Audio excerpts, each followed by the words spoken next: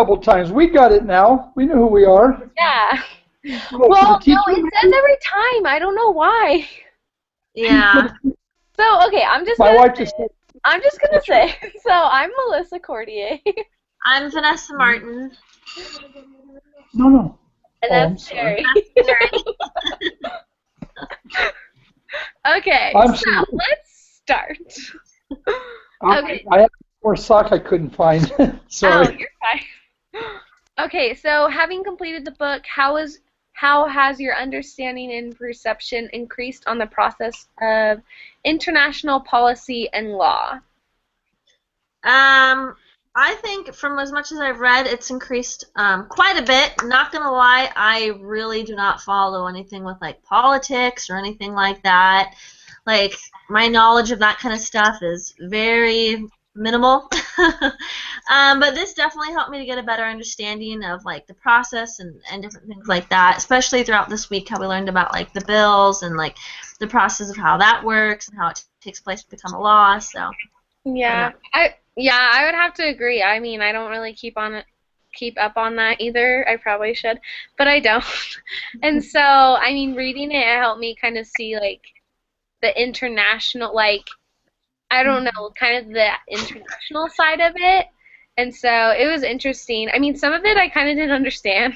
Yeah. But, I mean, it was interesting, like, to see kind of the process and how they did it. And I don't know, how it's kind of like bickery, like, people are super, like, I don't know, it was interesting to hear about it, like, from his perspective. So, yeah, I mean, I guess I learned a lot. A little bit of, like, I don't know, in a sense, like little kids arguing. I don't know. Yeah, that's how I felt, too. What about you, Terry?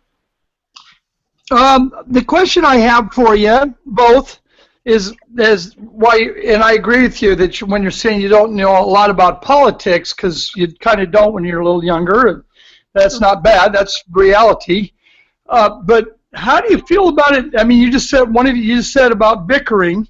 Mm-hmm. I mean, how do you feel about it now that you've read this book? Do you trust the people that are running the shows? No. How's that? Not really. I don't feel like, I didn't really trust them before, but I feel like I have a better understanding now that I don't really trust them even more. I don't know. Right. I don't know if that makes sense, but. No, that's outstanding, because I was kind of curious, and I would say that's exactly right. And I just thought the book was unbelievable. I thought the book was incredible, and you know, I've grown up with a bunch of presidents over the years, and they've made them look good or not look good. Or John F. Kennedy was a scumbag. He was a really sexual deviant, bad human being. And we live in a world where they make everybody look good. And anyway, the point is that you shouldn't trust them. In fact, I think now I'm 60 years old, and I've been telling my wife, I think for the first time I'm going to have to get involved in the political process, because it is frightening. Let me give you one example out of the book that was interesting. I don't know if you noticed it, but and when you're talking about all this bickering, you're talking about a women's movement that has taken hold. And I don't mean that like I'm a chauvinist. In fact, you see me, I'm doing my dishes. I'm doing laundry. I just got done with the vacuuming. I washed my wife's car this morning. The church has taught me my wife's my queen, and so I take care of her, and my daughters are incredible. But the women's movement is this really scary thing. And so the example they gave do you remember there was a part there where they said that they figured out where the orders came? Somewhere in Washington they said, do not come back here unless you get rid of those brackets. And don't worry about whatever the term was, but it was about brackets of the wording. And they said, do not come back here. And they were trying to figure out who in the heck gave that order. And they finally figured it out, and it was the White House itself, the White House, right? Yeah. Well, on that same day, President Bill Slick Willie Clinton, he signed into law a thing against gay marriage. But while he was doing that, he was also with his wife was saying, hey, the UN, you make sure that these things come into international law. And so, I mean, if you know, in other words, he was in a different direction. He was signing against the very thing that he was publicly claiming he was for, and that was against gay marriage. Do you remember that part of the book at all? A little bit, yeah. Well, it basically, without him coming right out and saying, hey, the White House was sitting there lying to everybody, that's what he was saying. He said, isn't it amazing about politics? I think his phrasing was, isn't it amazing about politics? And what he was actually saying was, wow, here publicly they were claiming they were signing this thing, and secretly they were saying, hey, you make sure this gets squared away and you get this thing written out so that gay marriage is something that's going to be allowed. Okay, I talked way too much on it. I love that, though. You don't necessarily trust politics or politicians, okay? Sorry to say, but that's the reality. It's called power, and they want to stay in power. So. True. Okay, we'll move on. So we'll go to the next question. What role did you see the Lord playing in Professor Wilkins' efforts to advocate for the families of the world? What lessons did you learn for your own efforts? Three.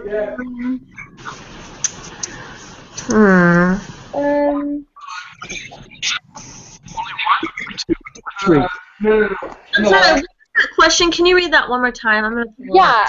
Okay, it said, what role did you see the Lord playing in Professor Wilkins' efforts to advocate for the families of the world? What lessons did you learn for your own efforts? So I guess, like, I mean, I guess I saw the Lord, how he helped, and he just, like, I don't know, I think he, when the ladies were, like, coming up to him and, like, basically trying to get him to, like, I don't even know what really they were trying to do. They were, like, trying to intimidate him or whatever, like, back out. But I feel like the Lord kind of gave him, like, patience almost, and I feel like the Lord was telling him the things that he should say and so that he could leave an impression on these people. And I guess for the lessons I learned was just, like, trust in the Lord, even if it's not, like, with a church thing, even if it's with worldly things, like, he cares, so we need to trust in him.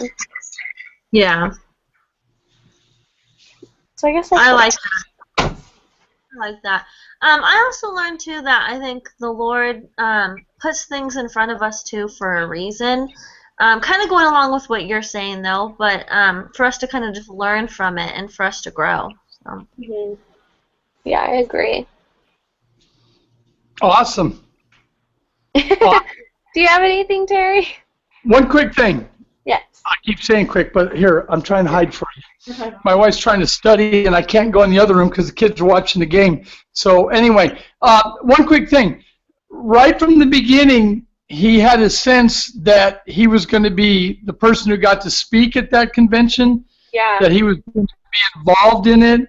That's really, really neat. I mean, there are times in your lives, and maybe you've already had them or you'll have them, where you're just going, wow, guess what? I'm going to be doing this thing, whatever it is.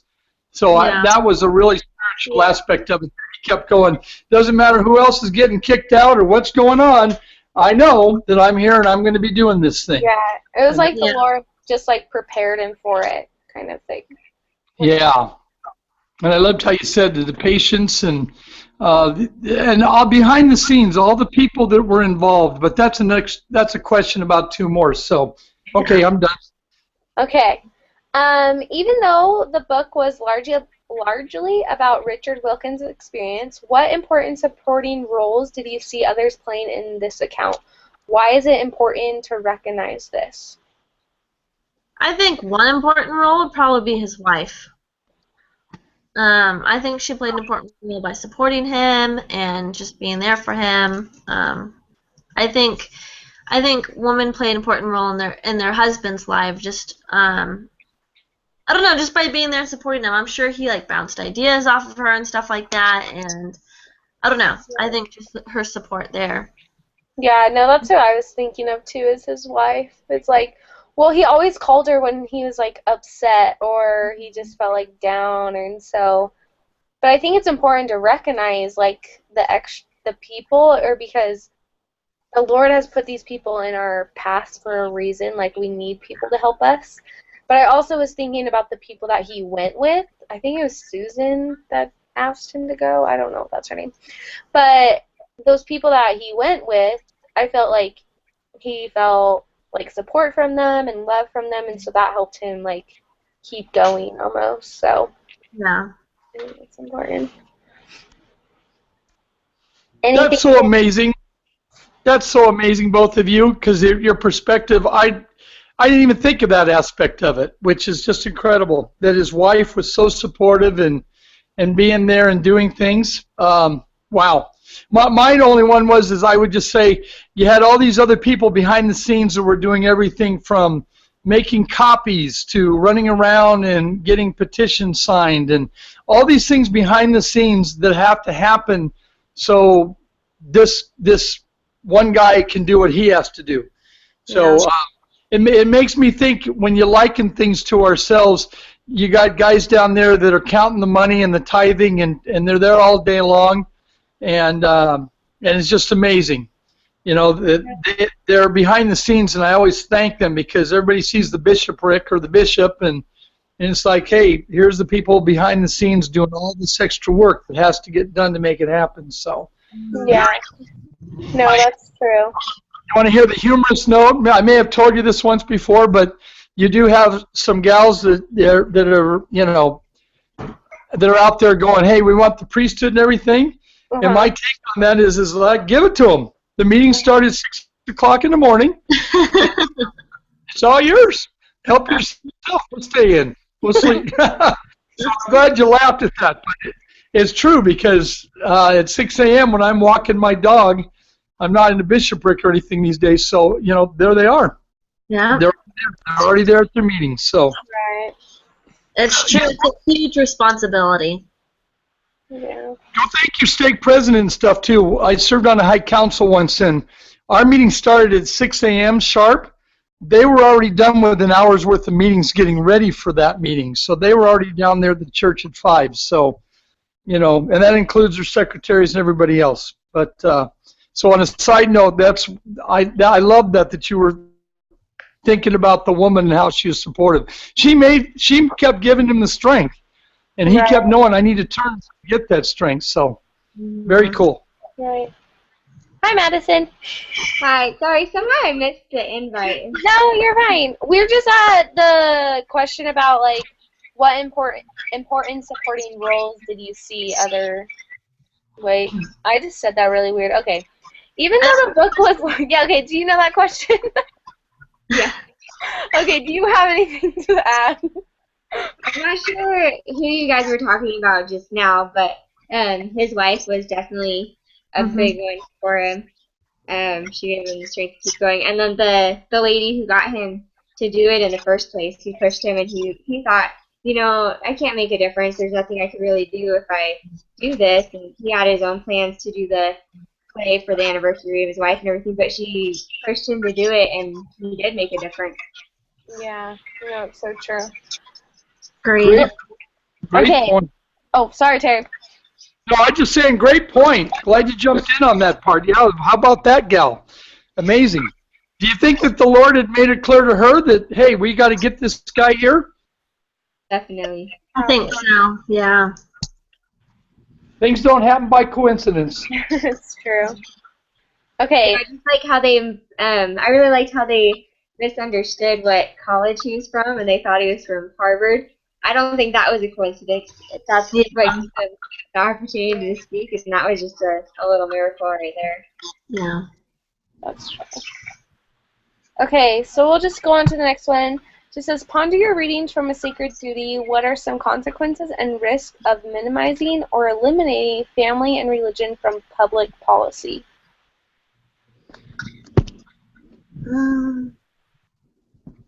Can you repeat that question one? Yeah.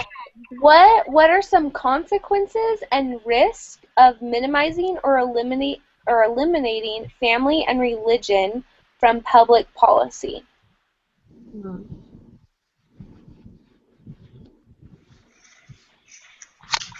I'll make one brief quick statement on it that'll be fun. And that's how I wrote in the thing. On a positive note, the Lord's coming again. How's that for an all-encompassing statement? Guess what? If you eliminate family and religion, we're done. And that's fine. That means the Savior's coming. I definitely agree with Terry going along those lines. I mean, you look at it now, the world today, and I mean they're trying to eliminate traditional family and traditional marriage and everything, and they're trying to take God out of schools and different things like that. And our society that we live in and our world that we live in is going downhill pretty fast. It's kind of scary. Like, what are our kids gonna live in? When they're our age and stuff like that. Like, what's gonna be like?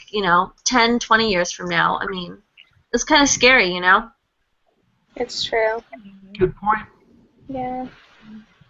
I was just thinking about this, and like, really, I don't think there's any point. Like, what kind of life would that be without religion and family? Because that's what gives life meaning. And so these women who are pushing to have all women in the workforce and who are so against stay-at-home moms because they think that they're encouraging the whole men have power over women, that whole thing, and they're also not contributing to society. It's like, okay, so say they did put their children in the government daycare, so the government watches their children for so many hours in the day, and then they get fast food on the way home, and then they they go to bed, and it starts all over again. And what's their life? They just go to work, that's it. And then what kind of people are their children going to become? They're not going to become people who have any sense of moral standards or anything. They're just they're just going to think of work and getting ahead, and like that's going to be their life. And it's like, what are we as human beings? We aren't even human beings anymore, Yeah, and that's the thing. And it's not like the women are forced to stay at home. It's not like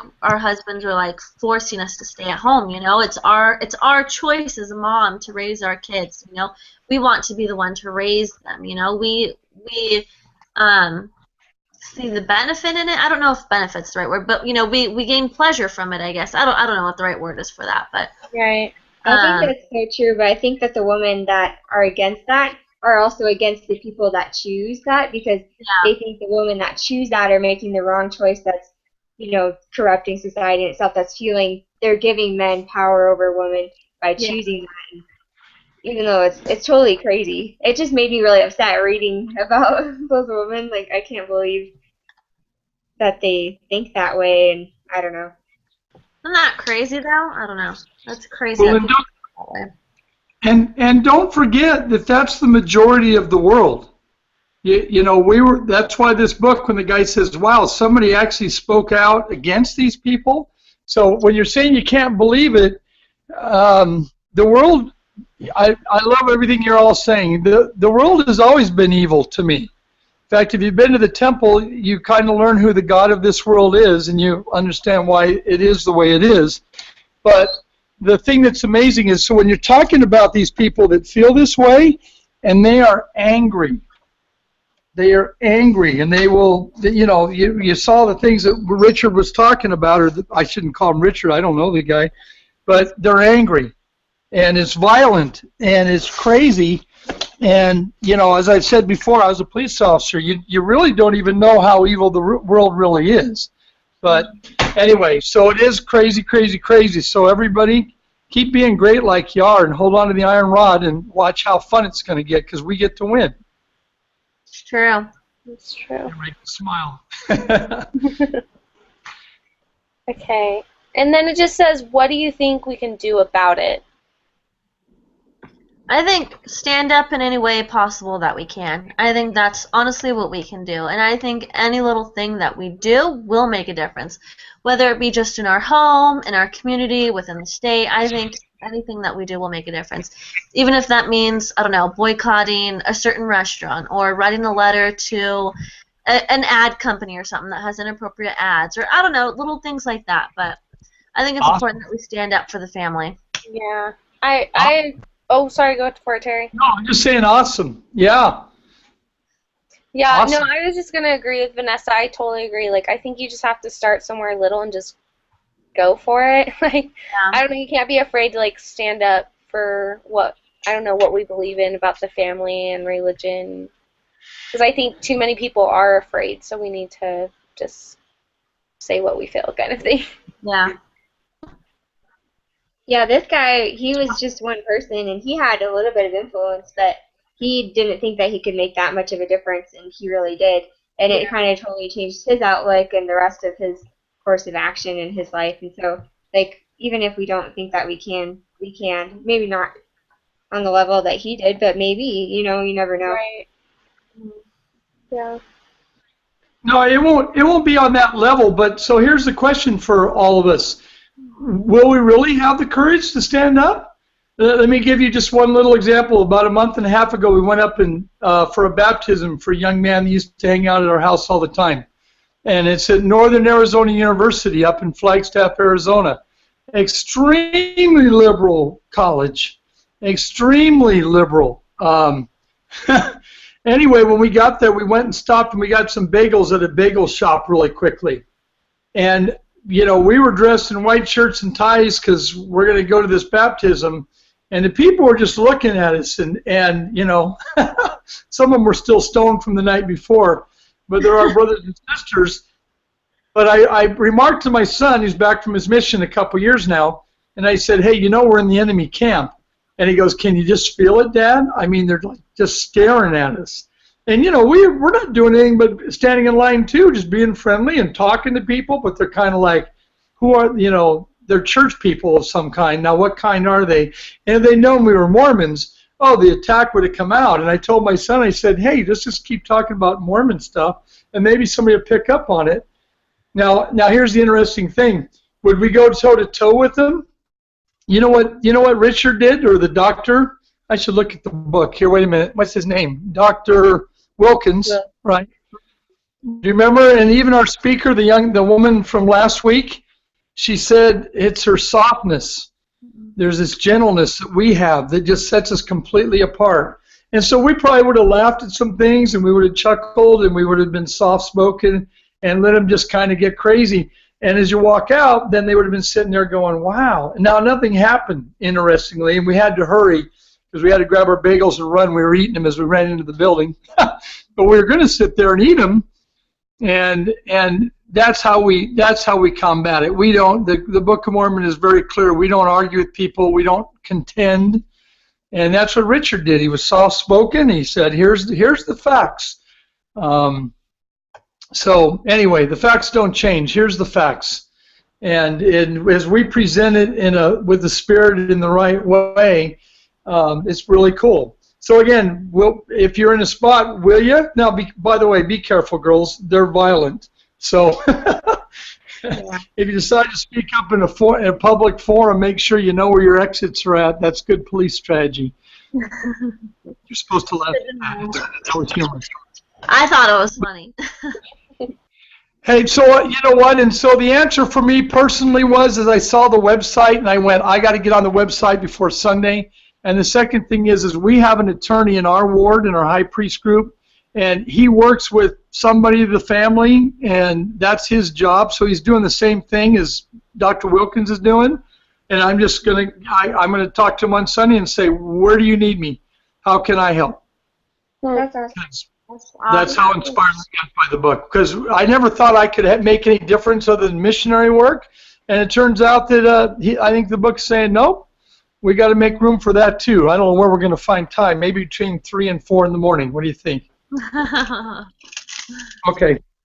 Okay, so we'll just go, this is our last question. So, does the author implicitly or I don't know how to say these words. Implicitly meaning, does he really stress it? Does he make it clear? There you go. Okay. Make realistic suggestions for ordinary citizens as well as those in a position of power and influences. Provide examples. The website was one. He said, even if all we're doing is, I told my wife, even if all we do is contribute money, so I'll throw one out. The website that they said, that's one of them. And I'll shut up a little bit.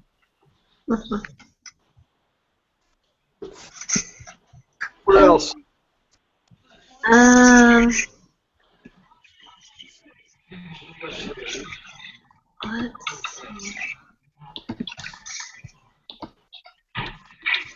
see. Can you think of other examples where they said, here's how you can do something? I'm trying to think. Yeah.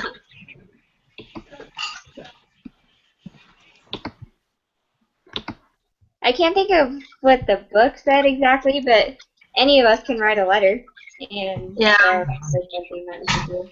Right. Same. You I said was thinking- that? I just said he suggested that too. Yeah, absolutely. Cool. I think standing up for what we believe in. It was just like a few years ago, but the Carl's Jr. commercials. I'm sure they're exactly still the same. But I don't have cable or anything, so I don't watch commercials or TV or anything like that. I usually just watch whatever's on Netflix. But long story short, anyways, my brother wrote a letter to Carl's Jr. Letting him know that he did not appreciate any of the ads that they had that were based on like the girls in the bikinis and stuff like that eating a hamburger. Anyways, he wrote a letter to them, letting them know that he doesn't appreciate that and he wants them to change it, and that's not really good advertisement because you're not really advertising the product. You're just he was just using saying that they're using porn instead of doing it a better way. Anyways, Carl's Jr. ended up writing them back and saying they were actually really, really rude. And they said that, well, if you don't like it, then don't watch it anymore, don't eat there anymore, and then they're saying that well, we're basing our commercials on the majority of the population, what we think guys and men will like, and I don't know, it was just all these different things. Anyways, they were just really rude, but I was proud of him for standing up for what he believed in and stuff. So I think we can do that. Write a letter to people and let them know what we believe in. We may not get the reaction that we might want or desire, but it's still, we stood up for what we believed in. So He is the minority, and by the way, one of the things you can do is follow up on that and go, hey, I'm going to make sure that everyone I know, we are going to take this big time. And besides that, who wants to eat at Carl's Jr. anyway? That's just disgusting. yeah. Yeah. But yeah, he did. He asked all of us to email them and write them, letting them know that we didn't appreciate the ads. But yeah, That's awesome. yeah. Cool. Okay. But we are the minority. We are the minority. I'll be quiet. All right. Does someone want to just go over what we talked about tonight? Let's see. Do we need to? Or I guess it's that last 2 minutes. We have to do like the 2-minute thing at the end every time. Go with the first question and I'll answer it, and then go to the second question, and I can remember what everybody was saying for the most part. So Okay. remember The first question was, how has your understanding and perception increased on the process of international policy and law? Here, one blanket quick statement. We didn't trust politics before, and now we really don't. Next. Okay. What role did you see the Lord playing in Professor Wilkins' efforts to advocate for the families of the world? We talked about the fact that that woman knew that she needed to get him there, and I added the part about how he knew that he was going to be speaking, he was going to become a major player in this particular conference. Next. Okay, what lessons did you learn for your own efforts? Okay, yeah. So we talked about the fact that everything, well, is even at the end is the same thing, but it had to do with the fact that we can go on the website, we can write letters, we can become involved in even our small way wherever we are at. Yeah. How's that? Perfect. Okay. What are Anything else? I'm just giving a blanket statement. If somebody's got more. No, that's great. I think you're covering it pretty well, Terry. All right. Okay, so what important supporting roles did you see others playing in this account? Wow, all the great sisters realized how important the wife was, how absolutely important. And by the way, you might become Relief Society presidents someday. You know what's always amazing is that they have these incredibly supportive husbands. Mm-hmm. That you recognized how the women, what their play was in it, and I was talking a little bit about just the fact that people are behind the scenes doing even minuscule kind of things that you might not think is important, but it was. there's probably people even adding money that we didn't even hear about that said, you know what, make more copies. Here's more money. True. So, somebody say that in the book? Seemed like somebody contributed a bunch of money. Okay, I can't remember. Anyway, go next one.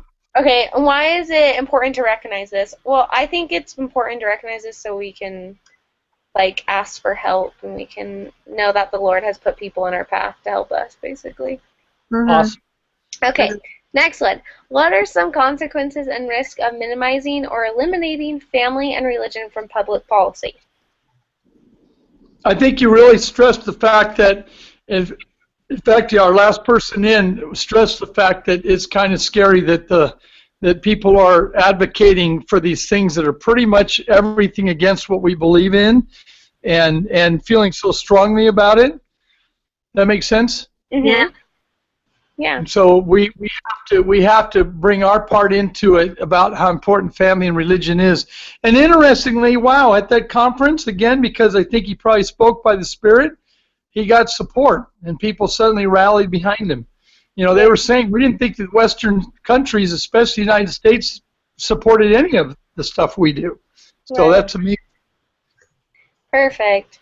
Okay, does the author implicitly, I can't say it, or you know what I mean. Okay, make realistic suggestions for ordinary citizens as well as those in a position of power and influence. Provide examples.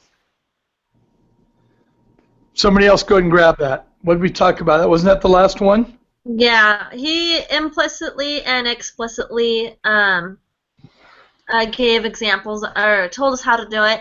One was through writing letters. Terry, what did you mention again? You had a good point there. The website, even if all you did was contribute money to the website. Yes, exactly.